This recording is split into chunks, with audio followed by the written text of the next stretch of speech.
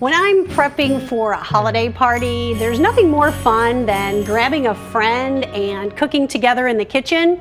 Definitely makes life easier. So I invited my friend, Chef Kolin Vazzoler from SIMI Winery to join in today. Hi, Marianne. Great to be here. We're happy to have you here, and I'm really happy to see what you've got going on here. So what I was thinking for the party tonight is Bagna Cauda, which is basically a traditional Italian kind of fondue dish, which is kind of served in the holidays. My aunt used to make it as well as my mother. It's a very simple dish. There's very simple ingredients in it as well. So we're going to start with a little bit of olive oil, a little bit of butter, a little bit of butter. A little bit of butter. A little bit of butter is we have anchovies, which have been chopped up finely. Okay, so anchovies, right, Chef? Yes. So tell everybody out there, it's going to be okay. It will be okay. It's not going to be strong. Anchovies and garlic obviously are a little bit in the pungent side of flavor, but as the mixture cooks around 2 to 3 hours, it's going to meld into types of flavors as well as mellow out the anchovy and garlic flavor. So I love the fact that the garlic is so fine in there, and I think you probably used a microplane, which is kind of cool to show. This is a really neat trick to grate the garlic. And this is a very versatile tool, not only for garlic, but also cheese, like Parmesan cheese or something like that, when you're grating it on top of pasta or something like that. Or even if during the holidays, if you were to get a white truffle or black truffle, just shaving that on top of it with the microplane is very easy to do.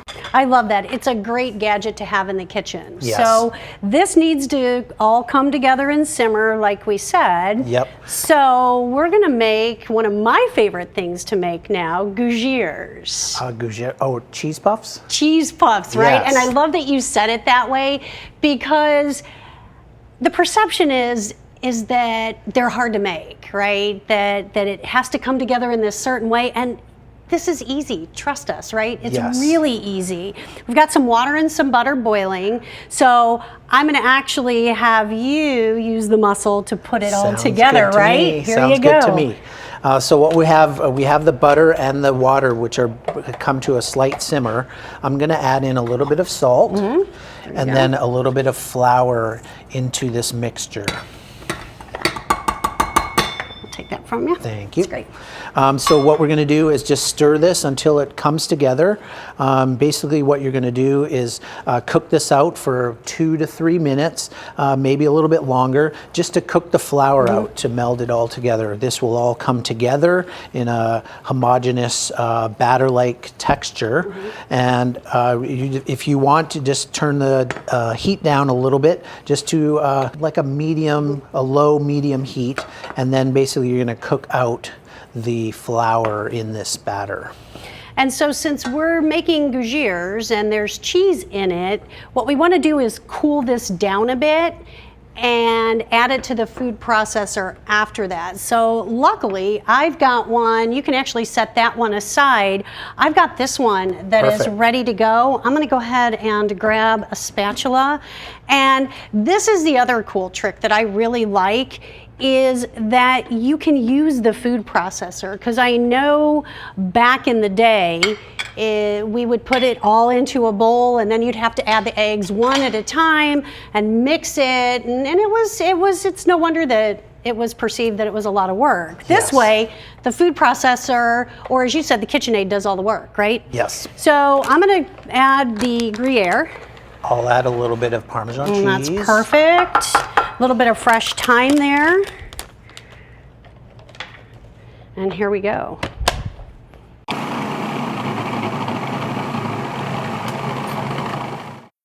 Then we're going to start adding in 1 egg at a time. Right.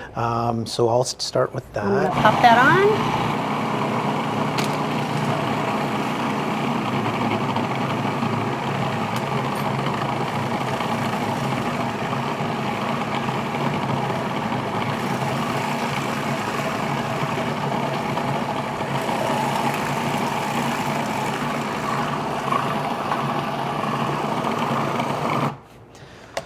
So when you are adding the egg in, you want to make sure that it actually, the egg incorporates each time. So once the egg is fully incorporated, you can add your next egg into it. But this looks great. Yeah, it is. Beautiful And mixture I think it's there. ready Look at that. to go. Isn't that lovely. All right, I'm going to put this aside. I'll hand you this, Thank you. and I'm going to get the food processor out of the way so we can work. Perfect. You can basically make it with different sizes, depending how large you want the gougères or cheese puffs. It is a dense batter, but as it cooks, it definitely lightens up. It becomes very airy, and that's kind of where I guess the cheese puff came from. Probably, and also I like to serve it instead of rolls sometimes. I agree. So the great thing is about this, I have some of these that are already ready to go. Perfect. I know. So that you don't have to sit and scoop there for a long time. So next step, we egg wash them.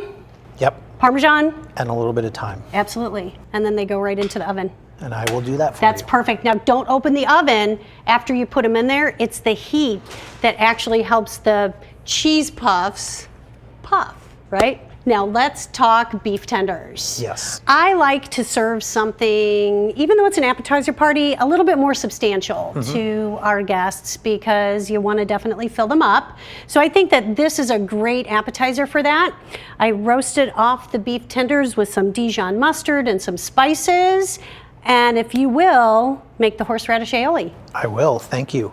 So what we're going to do with the horseradish aioli is mix some mayonnaise, some horseradish, some white pepper, a little bit of garlic, and a little bit of chopped parsley. So as you get into the kitchen and you're kind of hanging out and cooking, I know me, I like to pour a glass of wine, right? So As do what's I. one of your favorites?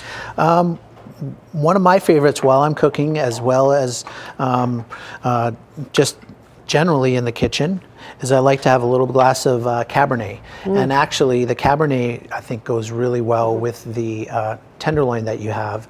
With the Dijon mustard and the spices, it has a little bit bolder flavor, and I think it goes really well with the cab. And a nice appetizer party is great to serve a variety of wines, really. Then you don't have to stress about setting up this whole bar. You can actually get some great bottles of wine, put them out, and your guests can pick what they like. Yes, and choices on that end of things. I think two choices I think is good, a white and a red, but you could also maybe throw a rosé in there as well. It's just a little bit different than say a Chardonnay or a Sauvignon Blanc. It's a little drier, it has good fruit notes to it, and then moving on to the whites, the Chardonnay has a little bit more creaminess, a little bit more bolder flavors and tropical fruit, and then obviously with the Cab, it's a bolder red wine with a little bit of toast to it and dark red fruits to it. Oh, I love that too, especially with a beautiful piece of petite tender like we have here. It's absolutely fantastic. And all I did was bake off some puff pastry sheets and split them in half. They make a great base, nice and light, little bit buttery for the beef tenders. And it looks like you've got the aioli that's ready to go. So I'm gonna get this out of the way, and if you'll garnish those for me, that would be fantastic. Perfect. That looks I great. think this is going to be a very nice appetizer. Oh, I think so too. It looks really good. I'm about ready for it. What do you think about a glass of wine? Well, I'm thinking wine is always a good idea, and I think that we definitely need to celebrate, but I think there's one thing first, because I'm kind of smelling this fabulous As am I. garlic. Yes, the Bagna Cauda should be on approximately about 2 hours.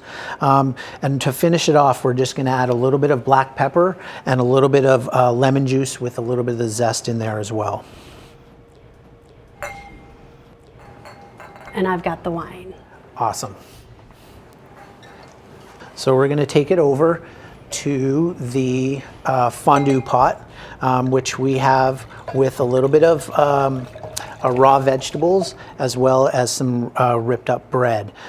This is a great kind of a family style dish, which is a great to put out for a bunch of people just to just peruse what we have available. And then definitely I always go to the bread first because it kind of sops up everything and gets all those flavors in there. So you've certainly earned this glass of wine. I think that we do really good work. Appreciate it. We Thank are you so much. so happy to have had you on the show with us tonight. Thank you, thank you. And stay tuned, because when we come back, we've got a monkey bread recipe that's got easy brunch written all over it. Chin chin. Cheers.